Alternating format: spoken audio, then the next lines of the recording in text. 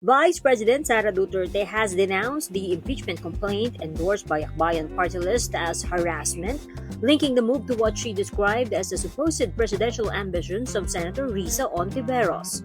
Ang impeachment complaint na inendorso ng Akbayan ay isang papel na walang kalakip na kahit anong ebidensyang magpapatunay sa mga paratang na isinasaad dito.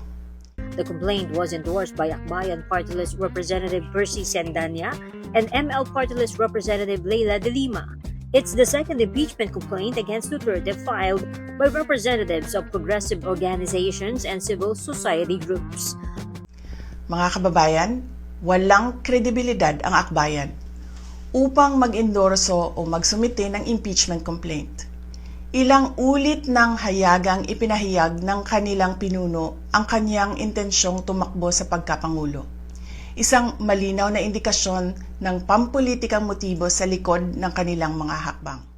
Duterte is referring to Ontiveros, a member of Akbayan who delivered this speech in August 2024.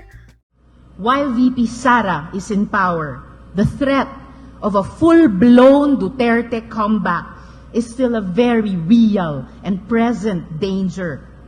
Duterte said the complaint endorsed by Akbayan was not new, noting that another impeachment complaint had been filed against her when she resigned as Education Secretary in 2024. Kaya malinaw na lahat ng ito ay isang uri ng harassment at pang-aabuso sa proseso ng impeachment ng grupong Akbayan.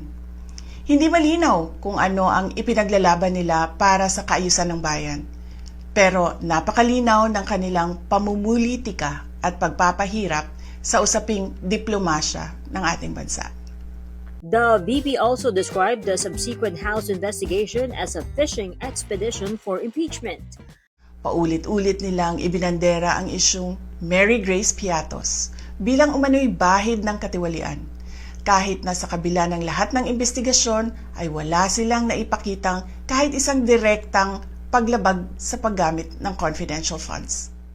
Duterte released the video a day after House Secretary General Cheloy Garafil formally transmitted two impeachment complaints against her to the office of Speaker Boji D.